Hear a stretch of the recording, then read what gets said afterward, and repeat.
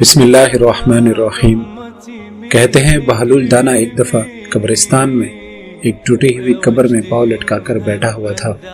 وہاں سے خلیفہ وقت مامون رشید کا گزر ہوا۔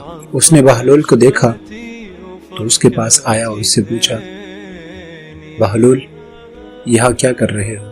بہلول کہنے لگا، میں ایسے لوگوں کے ساتھ بیٹھا ہوا ہوں جو نہ کسی کو تکلیف دیتے ہیں، نہ کسی کی غیبت کرتے ہیں، اور نہ ہی مجھے ان سے کسی قسم کی کوئی توقع ہے۔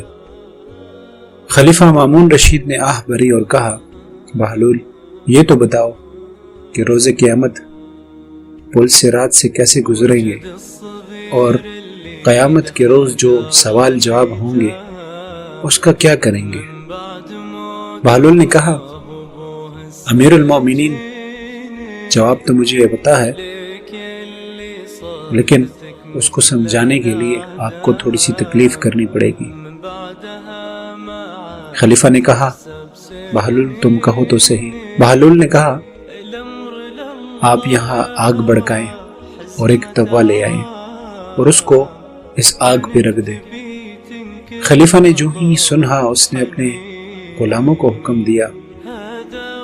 غلاموں نے حکم بجا لایا، آگ جلائی گئی اور ایک بڑا توا اس کے اوپر رکھ دیا گیا، یہاں تک کہ سرخ ہو گیا۔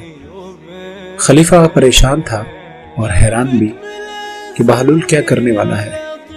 تھوڑی دیر بعد بہلول نے کہا، امیر المومنین، اس توے پہ بیٹھ کر پہلے میں آپ کو بتاؤں گا کہ میں کون ہوں، کیا کرتا ہوں، کیا کھاتا ہوں، اور میرا ساز و سامان کیا ہے۔ اس کے بعد آپ کو بتانا پڑے گا۔ تھوڑی سی تردد کے بعد خلیفہ مان گیا۔ توا خوب گرم ہو چکا تھا، اس پر بہلول چڑھا اور اس نے کہا، بہلول خرقہ، جو کی روٹی، سرکہ، اور اس کے بعد فوراً اتر گیا۔ بہلول نے اب خلیفہ سے کہا، اب آپ کی باری ہے۔ خلیفہ ناچار گرم توے پر چڑھا۔ ابھی وہ اپنا نام ہی نہیں بتا پایا تھا کہ اس کے پاؤں کے تلوے جلنے لگے اور فوراً اتر گیا۔ اس نے بہلول سے کہا، یہ کس عذاب میں ہمیں مبتلا کر دیا تھا؟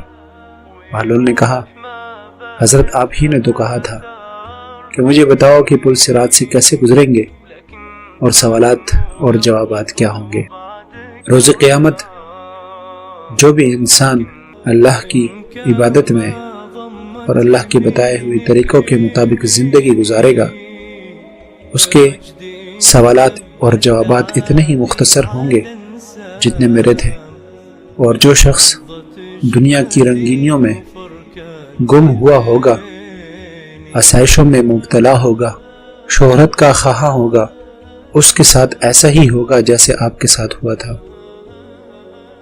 یہ سن کر خلیفہ اداس ہوا اور بہلول کو دعا دیتے ہوئے وہاں سے چل پڑا۔ ناظرین، یہ حقیقت ہے کہ جس شخص کے پاس جتنا کچھ مال کم ہوگا، جتنے اس کے رابطے کم ہوں گے، اتنے ہی اس کے لیے روز قیامت حساب کتاب کرنے میں اور اپنا حساب دینے میں آسانی ہوگی۔ اللہ تعالی ہمیں اس دن کی تیاری کرنے کی توفیق عطا فرمائے، آمین ثم آمین۔